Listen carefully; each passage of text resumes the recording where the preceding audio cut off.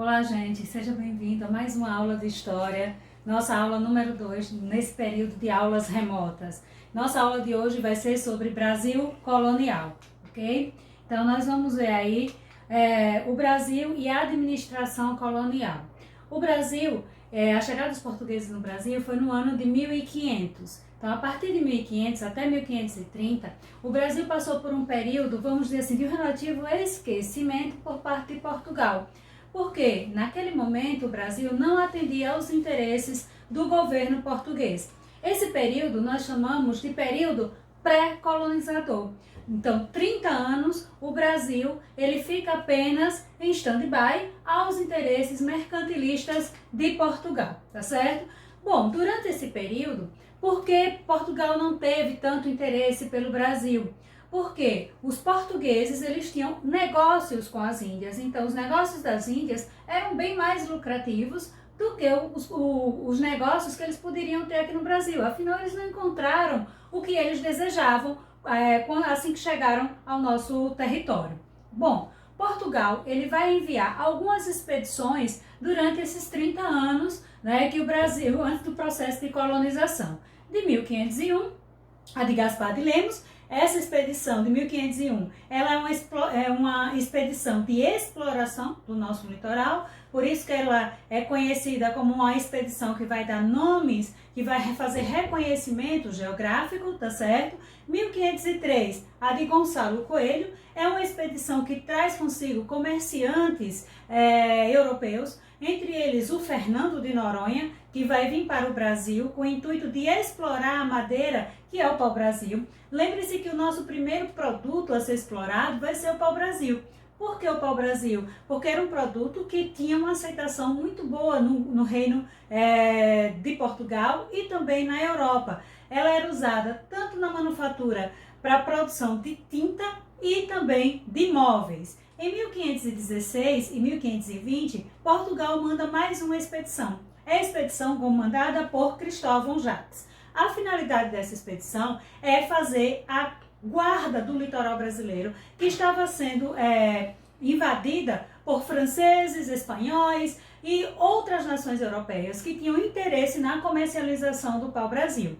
Então, a função dessas duas expedições era guardar a costa brasileira, justamente dos piratas, dos corsários franceses. Por quê? Porque os piratas e corsários? Porque eles não tinham a autorização do governo de Portugal para retirar essa madeira. Então, os franceses eles faziam acordo com os indígenas e praticavam a retirada dessa madeira do litoral.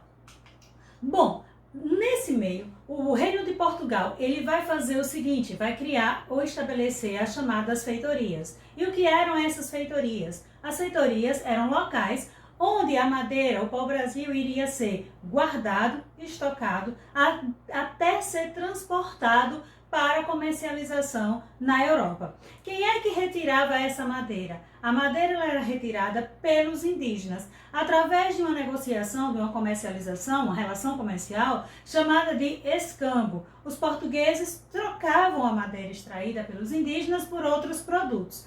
Então, nós vamos ver a exploração da mão de obra indígena no Brasil, nesse primeiro momento do processo de colonização do Brasil.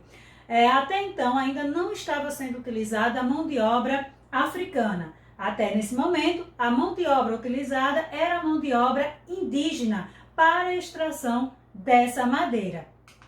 Bom, por que colonizar o Brasil? Porque Portugal, depois de 30 anos da chegada de Pedro Álvares Cabral, ele vai começar a pensar na colonização do Brasil. As nações europeias, elas queriam ocupar as terras brasileiras. Elas começaram, lembra que eu falei há pouco dos franceses, dos espanhóis, ingleses, holandeses? Eles estavam interessados nas riquezas que estavam sendo retiradas do Brasil de forma clandestina, vamos dizer assim, já que não tinha autorização do rei de Portugal. Então, o comércio com o Oriente também começou a enfraquecer. O comércio de especiarias de Portugal com o Oriente começou a perder força. Então, Portugal precisava buscar uma alternativa para poder começar a ter lucros de novo. E a descoberta pela Espanha de ouro e prata. Isso fez com que Portugal também enchesse os olhos, porque poderia também encontrar esses metais preciosos aqui no Brasil. Bom, em 1530, o rei de Portugal vai mandar a primeira expedição para o Brasil, que é a expedição colonizadora, de fato de colonização, comandada pelo fidalgo Martim Afonso de Souza. Essa expedição, ela tem o objetivo de iniciar o processo de colonização, iniciar a produção de cana-de-açúcar no nosso território. Então, 400 pessoas foram enviadas junto com Martim Afonso de Souza para dar início a esse processo de colonização. Principal objetivo dessa expedição: iniciar a colonização, combater os corsários, no caso, os franceses e espanhóis que estavam adentrando ao território brasileiro, e fazer reconhecimento geográfico. A outra função, tinha mais uma função, que era a fundação da primeira vila aqui no Brasil, que foi fundada em 22 de janeiro de 1832, que é a Vila de São Vicente, lá em São Paulo, tá certo? Aqui também vai ser instalado o primeiro engenho de açúcar, tá? Então, o primeiro engenho de açúcar vai ser instalado lá em São Vicente. Por que o açúcar? Porque a cana-de-açúcar já era algo que era produzido pelos portugueses em outras ilhas suas. Então, os portugueses já possuíam conhecimento, né, da produção de cana-de-açúcar, e o açúcar era algo bastante lucrativo para o reino português. Bom, então, a coroa portuguesa, a partir de 1530, 1532, ele vai começar o que a gente chama de sistema mercantilista, ou pacto colonial com o Brasil. E nesse sistema mercantilista, nós vamos ver a questão do exclusivo colonial metropolitano, que se estabelece da seguinte forma: o Brasil, que é a colônia, vai enviar ou vender produtos para a metrópole, que por sua vez vai mandar produtos manufaturados para a colônia. Então nós temos o Brasil, que vai enviar para a metrópole Portugal, que por sua vez o Brasil recebe dessa metrópole, ok? Bom, a burguesia portuguesa paga o menor preço pelos produtos saídos daqui do Brasil e vão receber e vão devolver isso, vão revender esses produtos a um preço bem mais alto, ou seja, tendo uma lucratividade com essa comercialização. Então, o sistema mercantilista, né, era mantido objetivando a exploração da colônia. Então, o sistema colonial, ele tem por objetivo a exploração da colônia e o enriquecimento da metrópole.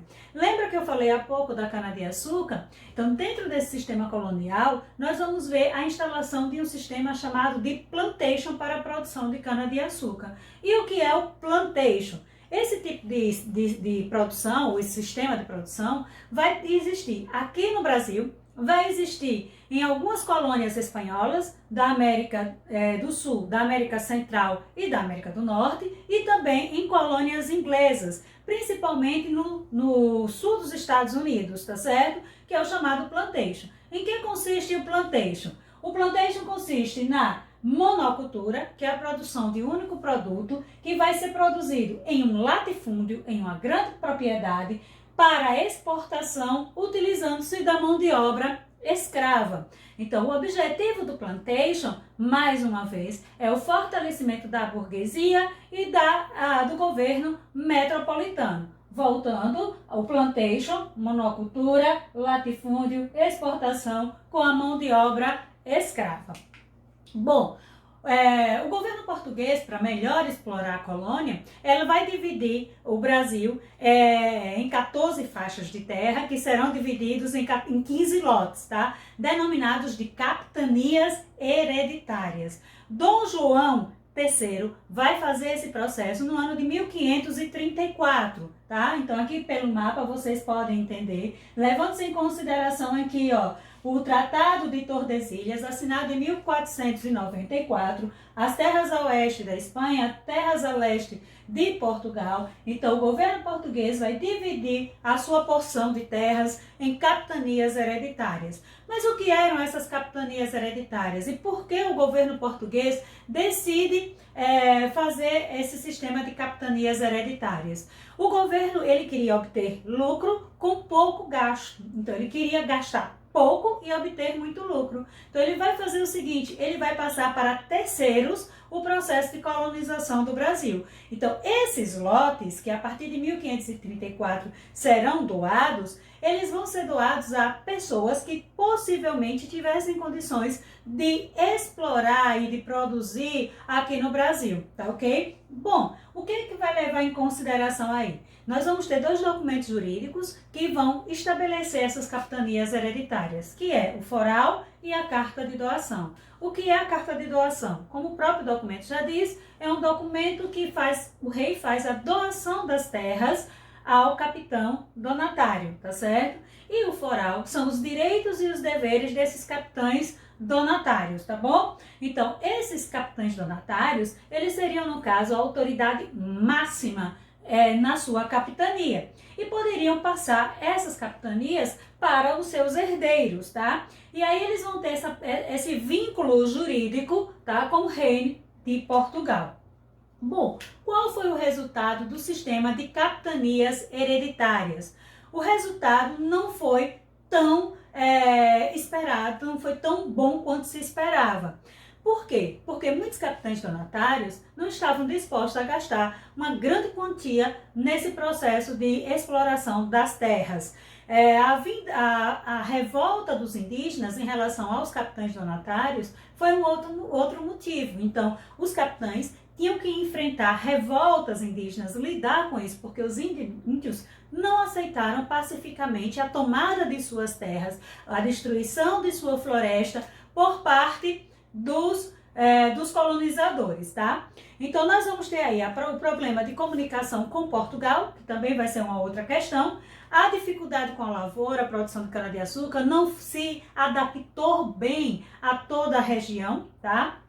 O pau-brasil, que tinha um monopólio régio e só 5% ficava com o donatário, o resto ficava com a coroa de Portugal. Então, do ponto de vista assim, de vantagens, não era muito legal para os capitães donatários esse processo de exploração dessa capitania hereditária. Por isso que algumas acabaram sendo abandonadas, outras prosperaram, como é o exemplo de São Vicente, como é o exemplo de Pernambuco, mas nem todas prosperaram como deveria, por conta desses problemas que a gente já falou há pouco.